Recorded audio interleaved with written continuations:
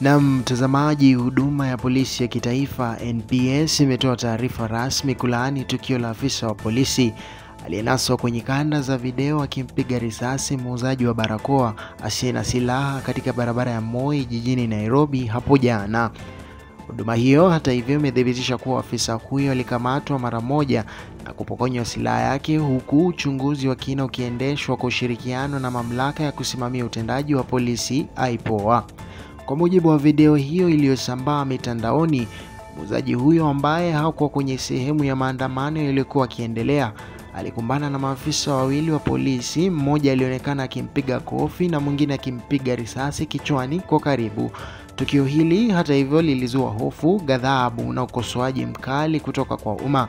Hata hivyo, muuzaji huyo alikimbizwa katika hospitali ya kitaifa ya Kenyatta ambapo anapokea matibabu akiwa katika hali mahututi. Tukio hilo limetokea wakati wa maandamano ya kupinga mauaji ya Albert Ojwang, mwanablogu aliyefariki mikononi mwa polisi, hali iliyozua mfululizo wa maandamano nchini, huku raia na mashirika ya haki za kibinadamu wakitaka mabadiliko ya kweli kwenye idara ya polisi. Wito umetolewa kwa serikali kuhakiki kuwa hatua kali zinachukuliwa si tu dhidi ya askari aliyefuatiwa risasi, bali pia kwa mfumo mzima wa usimamizi wa polisi ili kuzuia ukatili unaojirudia dhidi ya raia wasio na hatia. The police need to restrain themselves without knowing that this is a person from Suba.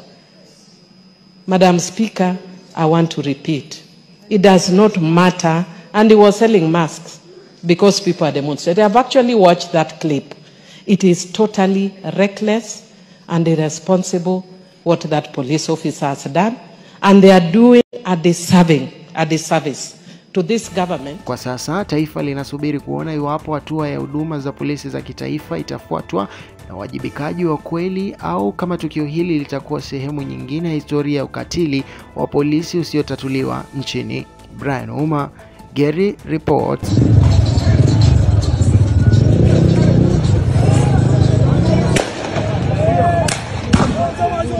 Amepiga risasi kwa kichwa.